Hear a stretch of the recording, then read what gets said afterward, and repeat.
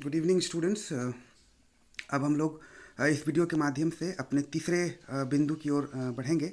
जो हमारा तीसरा बिंदु होगा उसे आप नोट डाउन कर लीजिए। शिक्षकों की पहचान एवं स्वाभिमान से संबंधित कारक। जैसा कि अ, लिख लीजिए, शिक्षकों की पहचान एवं स्वाभिमान से संबंधित कारक। अगर आप अंग्रेजी में लिखते हैं तो उसको लिखिए factors related to identity and self respect of the teachers.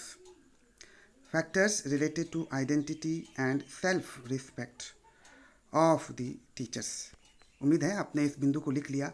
अब इसको कैसे एक्सप्लेन करेंगे उसको समझिए। पहले मैं हिंदी में एक्सप्लेन करूँगा और आप ध्यान से सुनकर अपने कॉपी में नोट डाउन करते चलिए।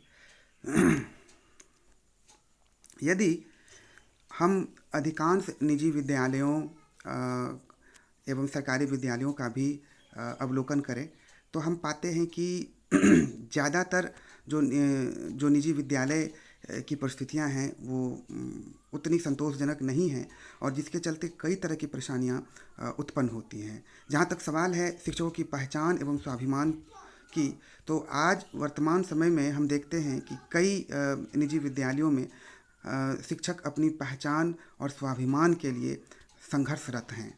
वो ऐसा लगता है कि वो संघर्ष कर रहे हैं अपनी पहचान बनाने के लिए।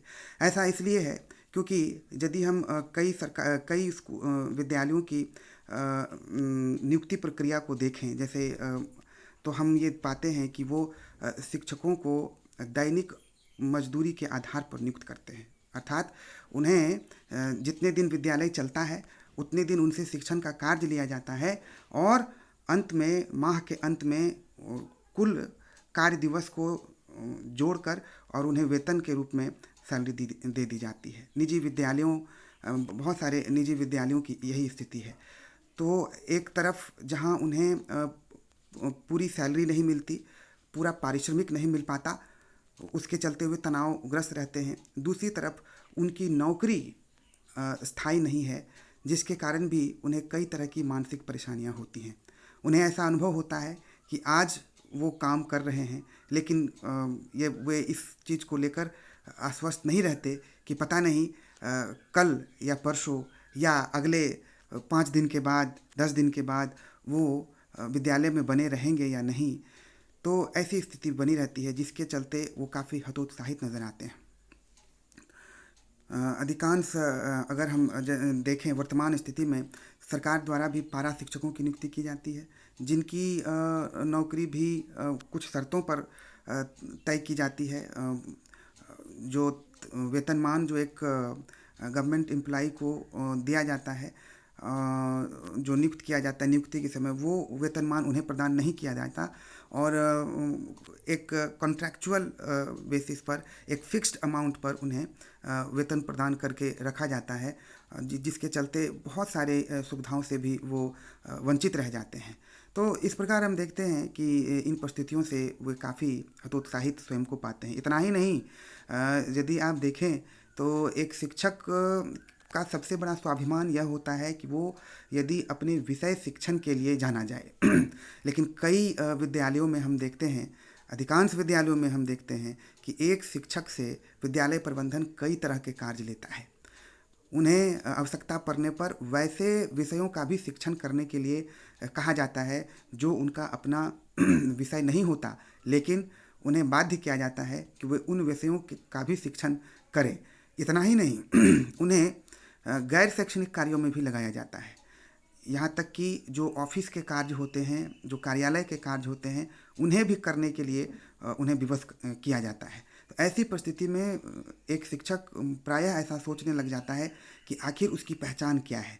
क्या वह उस विषय का शिक्षक है जिस विषय की पढ़ाई उसने की है, जिस विषय से संबंधित डिग्रियां उसने हासिल की है, या फिर वो कार्यालय में काम करने वाला एक व्यक्ति है। वह कौन है? इस प्रकार उसके सामने उसकी पहचान और स्वाभिमान से संबंधित समस्याएं खड़ी हो जाती हैं, और जिसके कारण वो बेहद हतोत्साहित नज़र आता है। इतना लिखने के बाद अब आप यहाँ पैराग्राफ चेंज कर देंगे, और पैराग्राफ चेंज करके पुनः आप लिखेंगे कि निम्नलिखित उपायों को अपनाकर न केवल शिक्षकों को प्रोत्साहित किया जा सकता है, बल्कि उनकी व्यावसायिक क्षमता को भी विकसित किया जा सकता है। इसके बाद यहाँ डैश देंगे, नंबर 1, नंबर 2, नंबर 3 ऐसे करके लिखते चलेंगे। तो नंबर 1 में लिखिए सबसे पहले तो कि चाहे निजी विद्यालय हों चाहे सरकारी विद्यालय हों, शिक्षकों को केवल उन्हीं विषयों का शिक्षण करने के लिए दिया जाए जिस विषय के वे शिक्षक हैं, वास्तव में जिस विषय के लिए उनका चयन हुआ है। दूसरा, गैर शैक्षणिक कार्यों में शिक्षकों को किसी भी परिस्थिति में न लगाया जाए। तीसरा, वैसे शिक्षक जो कि अपने विषय शिक्षण में दक्ष हैं, जिन्हें कार्य का विशेष अनुभव है, ऐसे शिक्षकों को प्रबंधन द्वारा विशेष प्रोत्साहन दिया जाना चाहिए और ऐसे शिक्षकों से प्रायः मशवरा लेना चाहिए, सलाह लेना चाहिए कि कैसे विद्यालय विकास की योजनाओं को और अच्छे ढंग से तैयार किया जाए। ऐसा करने से ऐसे शिक्षकों को प्रोत्साहन मिलेगा, उन्हें अच्छा महसूस होगा।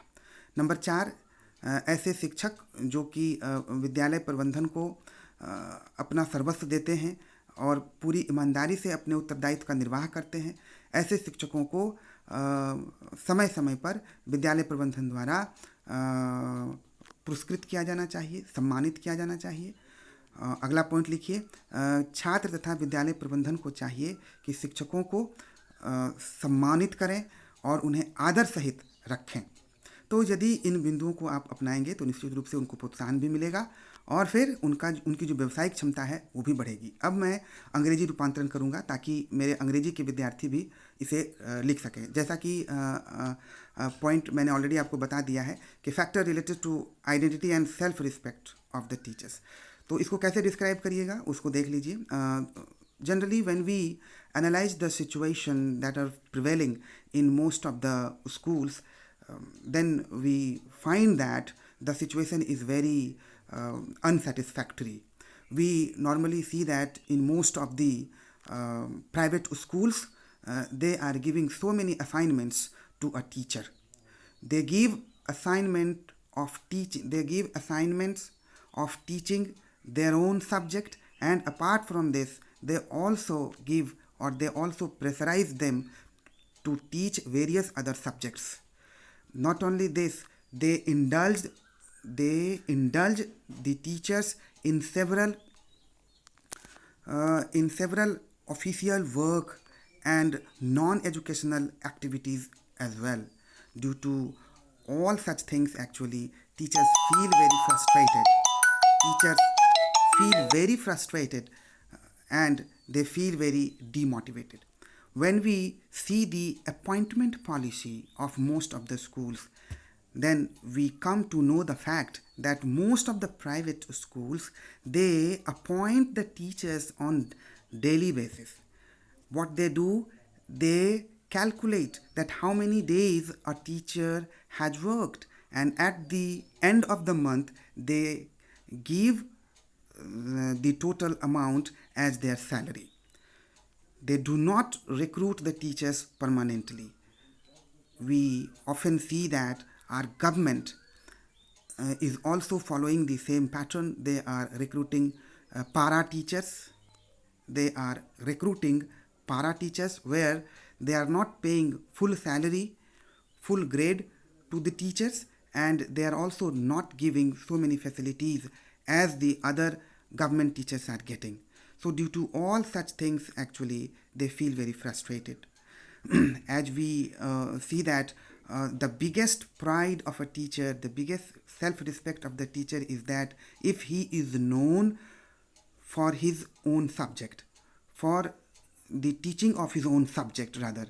But what we see, due to multitasking assignments, due to multiple assignments rather, a teacher often remains very confused that what is his actual identity at the end, whether he is known for his subject teaching or he is known as an official worker. What is the actual identity he has? So thinking this, he remains very frustrated.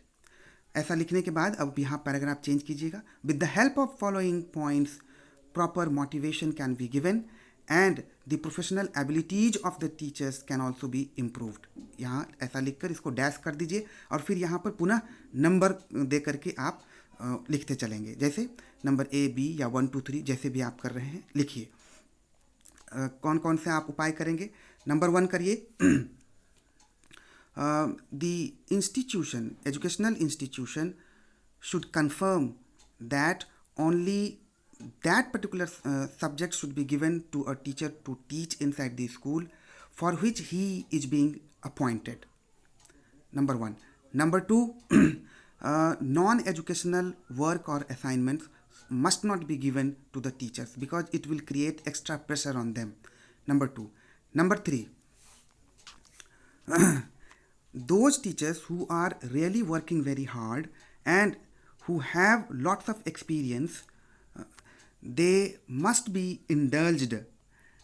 They must be indulged to provide valid suggestions so that the developmental work or the strategy can be made for the schools. If they will be indulged in giving suggestions, then they will feel good, they will be motivated at the end. Number 4, the school management should make a habit that at every possible occasion they should give respect to those teachers who are really working very hard or who are really paying full attention to fulfill their assignments. Number 5 या next point जो भी है आपका उसको note down करिए। Those teachers who are really working very hard, they must be appreciated and proper respect should be given by the management and by the students inside the school campus. तो इस तरह से आप ये सारे points यहाँ पर देंगे और पॉइंट्स देने के बाद इससे आप समझ पाएंगे कि इनसे मोटिवेशन भी मिलेगा उनको और उनका जो प्रोफेशनल एबिलिटी है वो भी उनकी इंक्रीज़ होगी।